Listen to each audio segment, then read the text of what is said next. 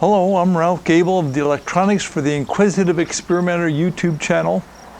So you have this great antenna, and yet when you try to use it, something seems wrong.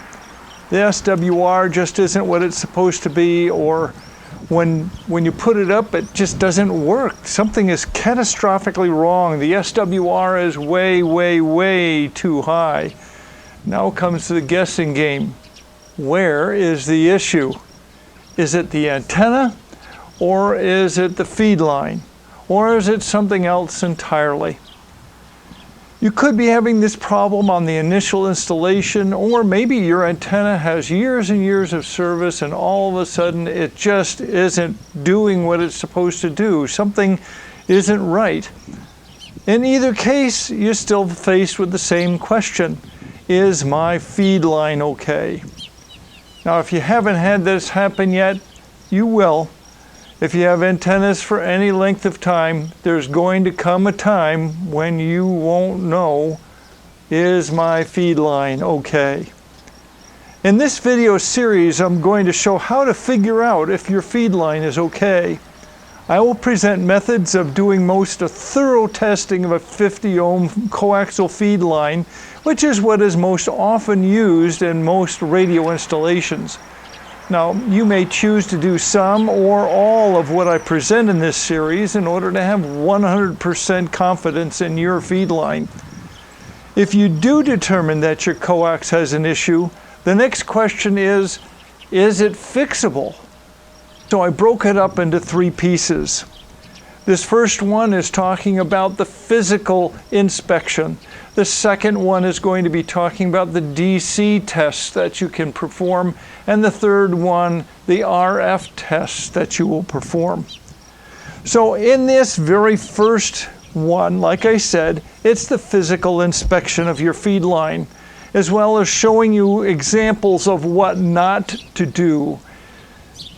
I also will talk about or suggest a possible method of determining if your direct buried coax is still intact without having to dig it up. Now, in all cases, if you happen to find a problem with your coax, fix the problem when you find it before you go on. And also, don't assume that when you find a single problem, that is the only problem. Sometimes one problem masks another.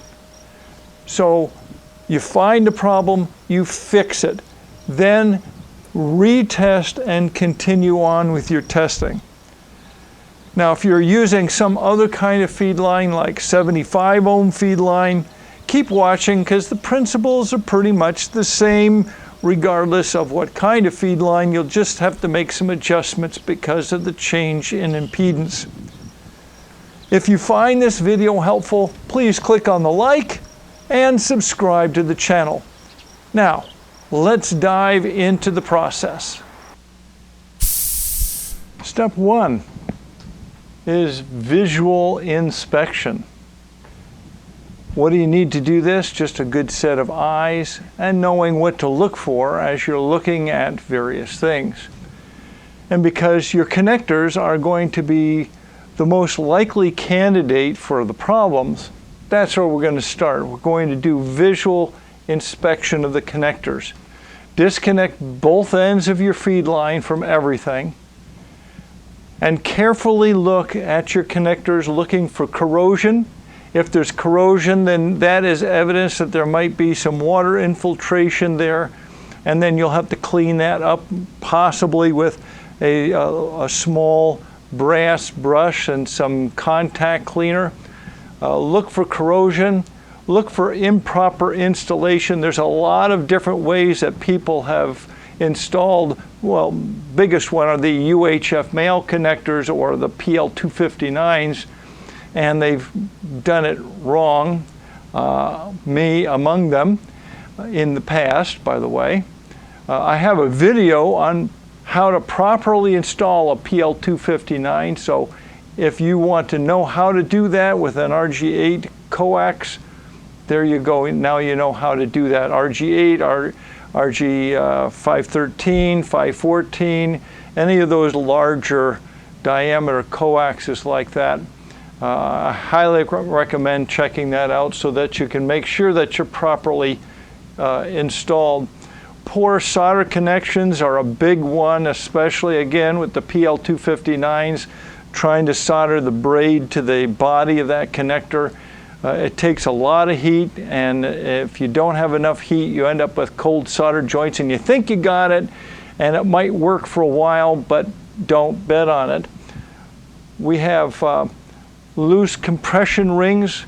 This is, for instance, with the N-type connectors or the BNC connectors, or the even with the PL259s with those special little inserts that you can get for using them with RG58 coax, having the right inserts and having everything nicely snug down in tight for proper connection is very important. Mechanical stability is another one. That's usually one of those things that is a real evidence that something isn't right. If you can take that connector and it twists and moves in and out easily on your coax, then you know that things aren't quite what they ought to be, and maybe you should suspect them. So let's take a look at some of my old cables that I took out of my collection here, just as a demonstration of some of the things not to do.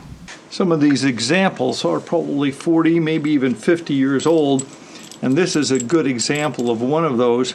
I can tell because of the color of the paint on the coax that, well, this dates probably back to 1971. And it's a good example of a improper termination. So if we take a look at the way that this SO239 was terminated, you can see it was just stripped and the end of the shield taken around the side and soldered in place. It's just a really ugly termination. You see that in your coax, and the first thing you should do is just chop that thing off and re-terminate the coax. The other end isn't quite so obvious. I mean, we look at this and we say, well, that doesn't look all that bad. I mean, solder connection here looks pretty good. Well, first of all, this is loose. This is the special adapter so that we can put this RG58 into this SO239 or SO259 UHF male. And you notice that that collet is loose to begin with, but let's just take a look around the end here. Can you see the large gap in there?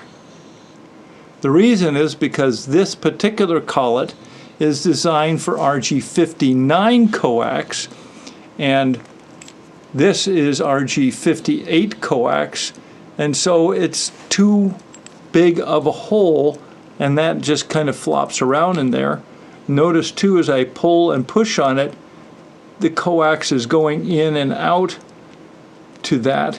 So again, we say, well, if this is my feed line, I'm going to have to cut that guy off or just take it apart, get the right collet, and put it back together again. Bad termination. Nice soldering job here. Bad termination otherwise. All right. Let's take a look at this next one. This one is a little bit more recent. And while there's a good excuse for why this is the way it is, it's still the wrong way to terminate. You'll notice when you look at this, see all of the braid sticking out here.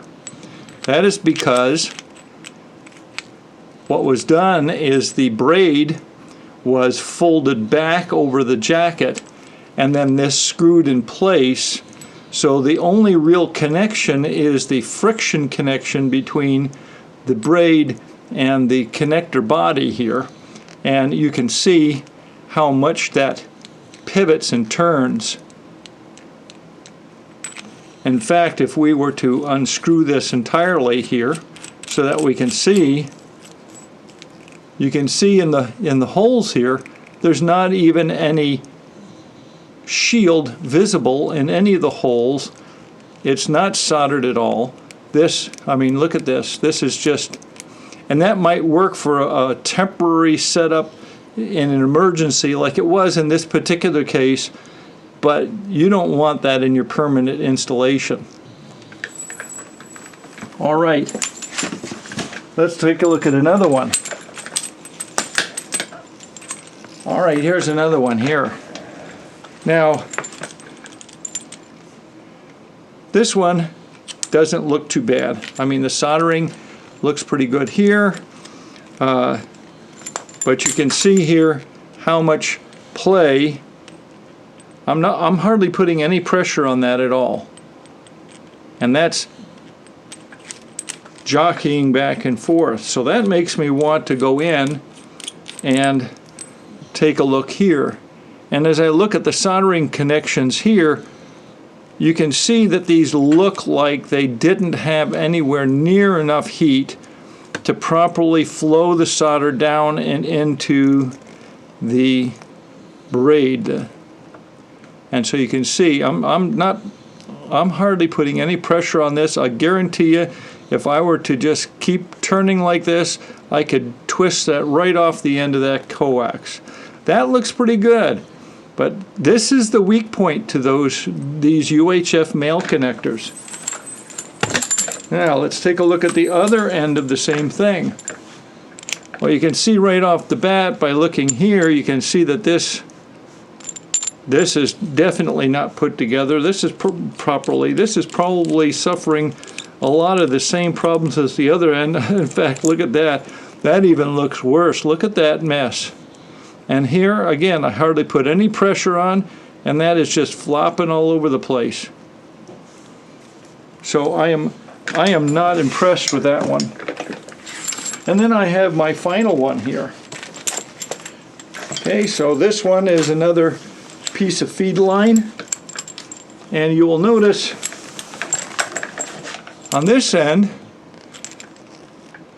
you can see the braid here. There's no seal. Normally, if this is put together right, this screws into the threads that are in this barrel and provides somewhat of a seal. And you can see by looking in here, I don't know if you can see it with this light, that is really corroded and nasty looking all down inside of here where the braid is. I can stick my fingernail down in there and you can just see that's just nasty. Now, that's the biggest thing. Again, this begs to be re-terminated. And look at that. I'm hardly doing anything. Like I said, the biggest problem with these connectors is getting this part here soldered properly.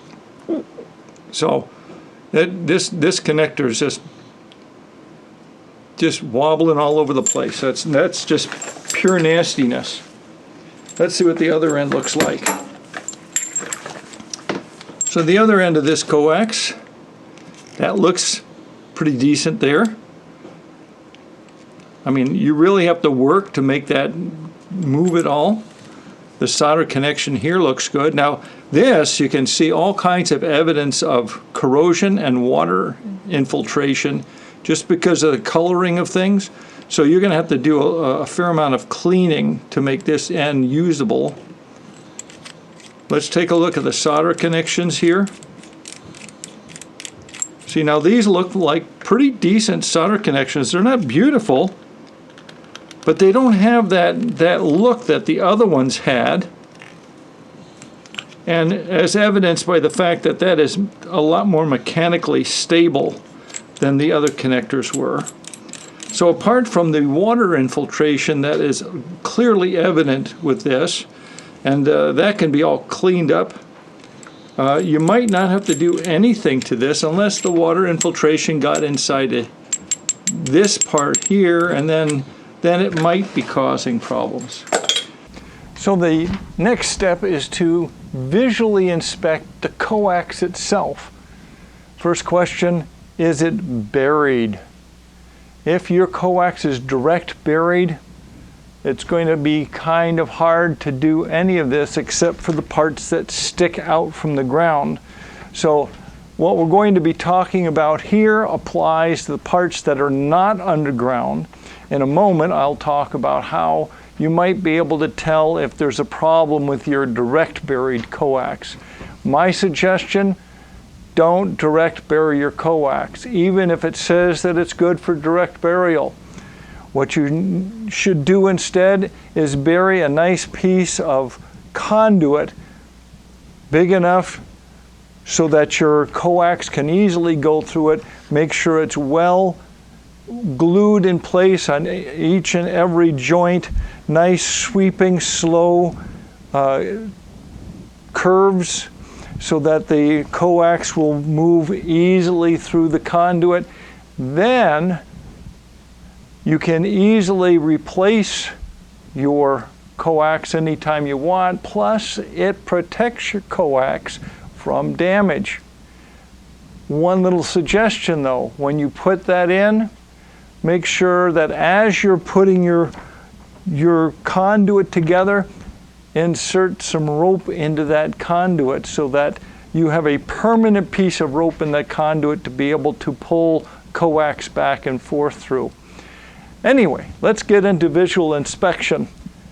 First of all, you need to make sure that you inspect every square inch very carefully, very closely.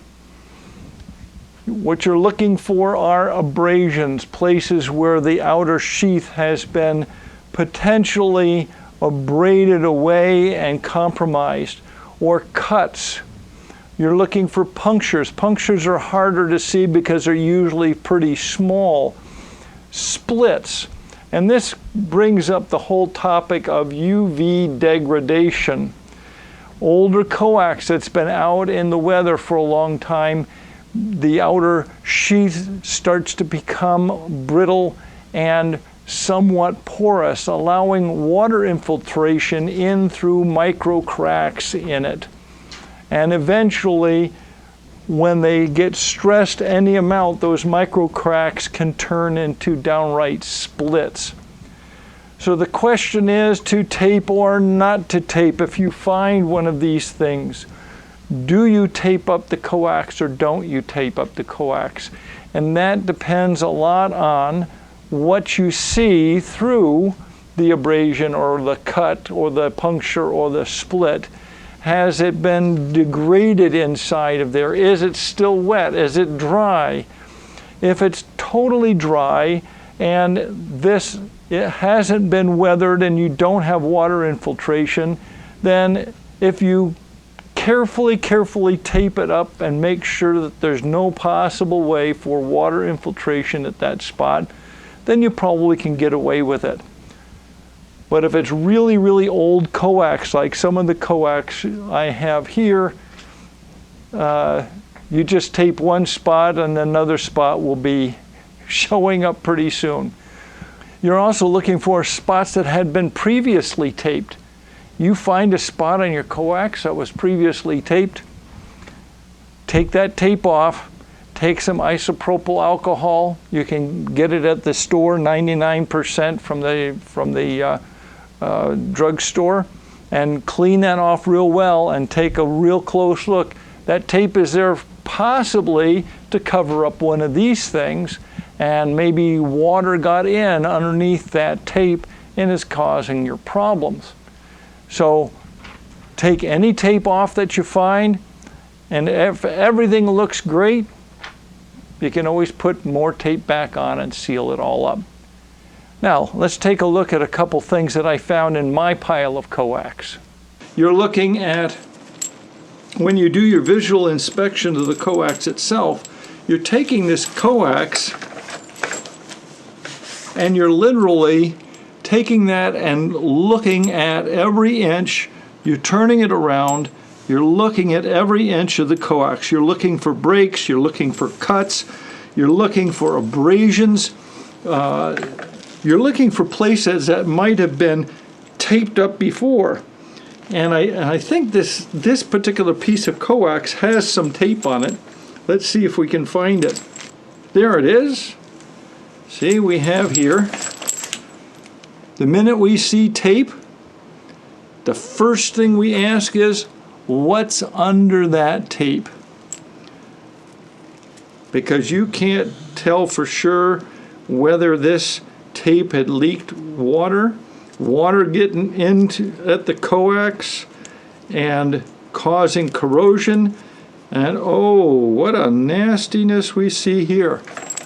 See, this is a real nasty spot. Now my next step here would be to take some isopropyl alcohol and a paper towel and clean that up really, really well so I can see what is being covered up by the tape goo that is left behind here. So having cleaned that up, I don't think you can see it here. I took a macro still of this so that you can, but there's a hole right through that outer sheath all the way in to the shield. I can see the shield in there, and who knows how much water infiltrated into that and the effect it's had on this. So that is a highly suspect point in this long piece of RG58. You're also looking for splits, because as this outer sheathing ages, it can become brittle. As you look at some of the older coax, you can actually see little micro cracks all through the outside of the coax. And the older the coax and the more sun it is seen, the more of that kind of stuff that you're going to see. Now, for instance, here is a little bit of a crack. You may be able to see all the micro cracks that are in here. And we come along here and we find, oh, look, another piece of tape. So let's see what's underneath this tape. We take the tape off, and there actually doesn't look like there was anything underneath the tape, but right next to the tape, take a look what we see. Look at that great big wide crack in the outer insulation of the coax. Very clear indication of water infiltration into this coax. And while this may test perfectly well every other way, this right here is a real problem. You're going to have to tape the living stars out of that if you intend to use this outside. But the problem that you're going to run into with this coax is that it is so old, and there are micro cracks all over the place. I mean, there's a split threatening to start there. This piece of coax, if I was talking about this being outdoors, this definitely is going to be replaced. So what do you do if your coax is buried? How do you check to see if it's any good? Step one, disconnect both ends of the coax. Make sure they're not connected to anything. They have to be completely floating. Step two, soak the ground along the entire length of your buried coax with water. Thoroughly soak that down. We want it as wet as possible. Get a piece of wire that's at least as long as your buried piece of coax. Take your digital voltmeter and connect one side to the shield of one end of your coax.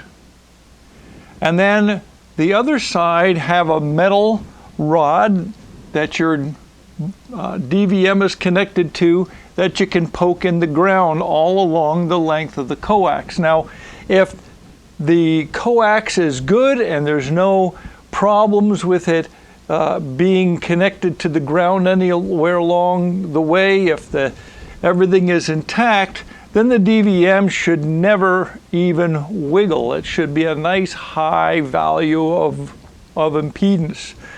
So just go along and gently put in your probe next to your coax, all along the length of the coax.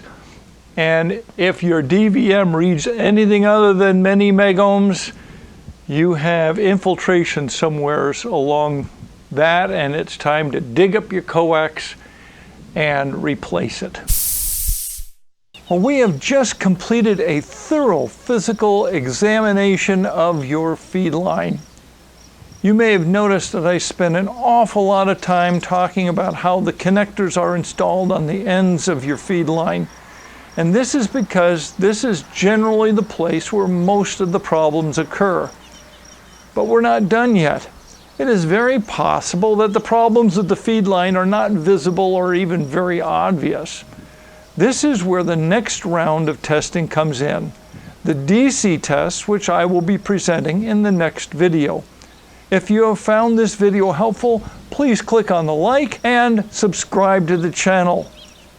Until next time, thanks so much for watching. Toodle-oots.